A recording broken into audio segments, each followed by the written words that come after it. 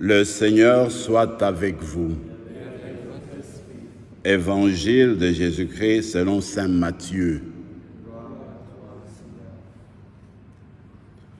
En ce temps-là, la mère de Jacques et de Jean, fils de Zébédée, s'approcha de Jésus avec ses fils Jacques et Jean, et elle se prosterna pour lui faire une demande.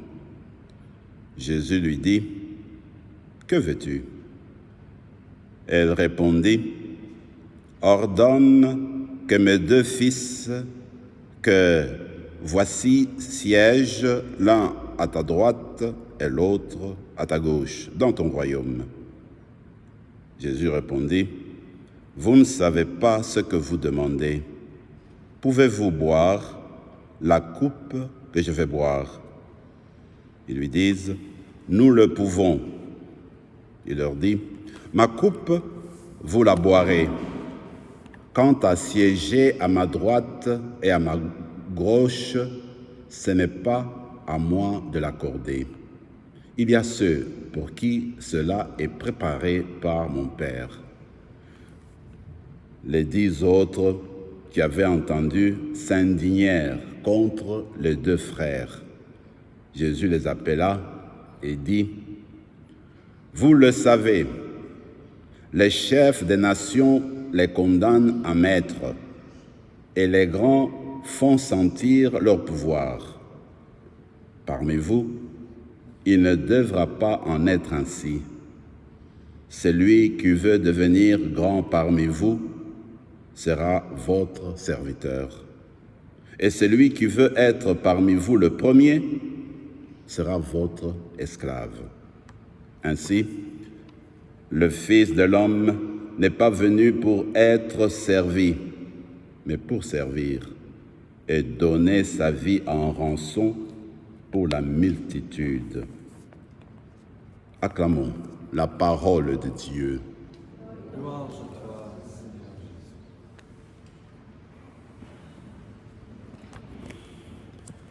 C'est une belle occasion que nous avons aujourd'hui pour réfléchir un peu sur le ministère des apôtres, comme c'est la fête d'un des apôtres, donc celui qu'on connaît bien aujourd'hui, c'est Saint Jacques.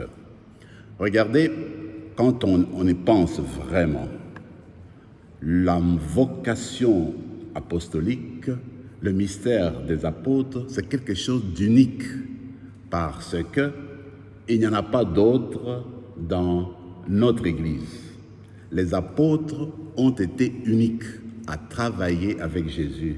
C'était un groupe de personnes qu'on connaît très bien, qui ont vécu avec Jésus.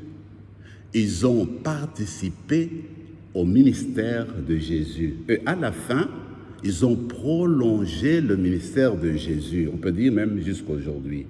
Beaucoup de gens disent, on a déjà entendu, Jésus avait 12 apôtres. Ce sont ces 12-là qui, en fait, sont arrivés à annoncer dans le monde entier la parole de Dieu. Alors, quand on y pense, ce que Jésus a donné, ce que Dieu a donné à l'humanité, c'est quelque chose de tellement grand, d'une valeur inestimable. Et pourtant, se donner aux êtres humains pour justement annoncer la bonne nouvelle, annoncer la réalité du royaume de Dieu. C'est pourquoi Paul, aujourd'hui, il dit en fait, nous avons, n'est-ce pas, des vases d'argile.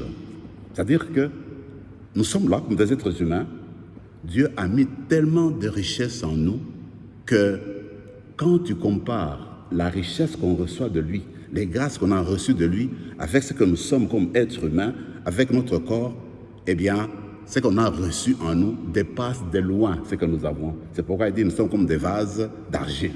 Donc ça peut se briser facilement. Et pourtant, le Seigneur continue à nous remplir de sa présence, nous remplir de ses guérisons, à nous remplir de ses grâces et puis de tant de dons encore aujourd'hui. Donc pour dire, ce que Paul nous dit là, c'est vraiment une invitation à rendre grâce au Seigneur, lui dire merci pour tant de grâce et de bien qu'on reçoit du Père par le Christ notre Seigneur, malgré que nous sommes comme des êtres dans des vases, comme des vases, n'est-ce pas, fragiles, voyez-vous, d'argile même, voyez-vous.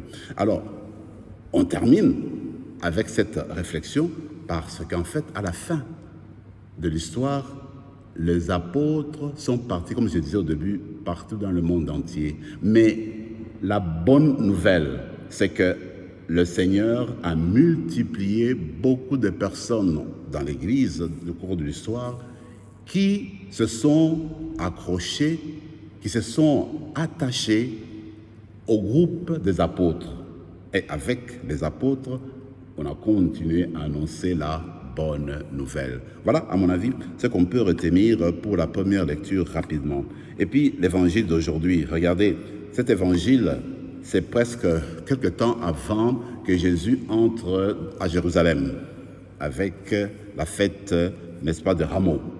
Alors, les apôtres savent que quelque chose va arriver de grand. Alors, Jésus va arriver à Jérusalem et puis, là, avec sa puissance, il va être là, il va prendre le royaume et puis il va chasser les Romains et c'est la vie qui va commencer. Les apôtres vont être à côté de lui et commencer une autre manière de vivre et de faire avancer le royaume de Dieu maintenant. C'est dans ce sens-là que le père, la mère de Jacques et de Jean, la mère, elle arrive et dit, écoute, je voudrais que ces deux enfants, mes fils, soient à côté de toi. C'était pourquoi? Pour qu'ils reçoivent la gloire, la puissance du salut qu'ils vont recevoir quand ils vont arriver à Jérusalem. Mais Jésus montre que son royaume à lui n'est pas de ce monde-ci. Son royaume vient d'un autre ordre. Le royaume de Dieu est celui d'en haut. Ce n'est pas celui de ce monde-ci. C'est pourquoi il dit, écoutez, le monde à moi, ceux qui veulent entrer dans mon monde doivent être des serviteurs. Pas chercher la gloire, pas chercher la puissance, mais être là pour servir les autres. Ça, c'est le message que le Seigneur nous donne à chacune d'entre nous, alors que nous célébrons la messe et la fête d'un grand apôtre. Vous et moi, nous sommes invités aujourd'hui, si nous voulons entrer dans le royaume de Dieu, si nous voulons suivre la voie de Jésus, eh bien, la voie est claire. Être au service des autres. Et Jésus lui-même dit lui-même, est venu pour servir, non pas pour se servir, pour être servi, mais pour servir les autres et donner sa vie en rançon. C'est-à-dire que être là pour les autres et faire le don de sa vie, le don de soi-même pour chacune d'entre nous. Alors moi je me dis, eh bien, aujourd'hui, avec cette célébration d'apôtres, chacune de nous est invité à devenir un autre apôtre. Celui qui est qui est au service des autres. Termine rapidement avec Jacques. Comme on sait que dans le groupe des apôtres, il était parmi ce qu'on appelle les trios, les trois, que Jésus parfois appelait à des moments importants, comme nous le savons, la résurrection de la fille de Jaïr, et puis la transfiguration. On sait aussi au moment de l'agonie, il était là, et il a reçu cette grâce-là aussi comme témoignage.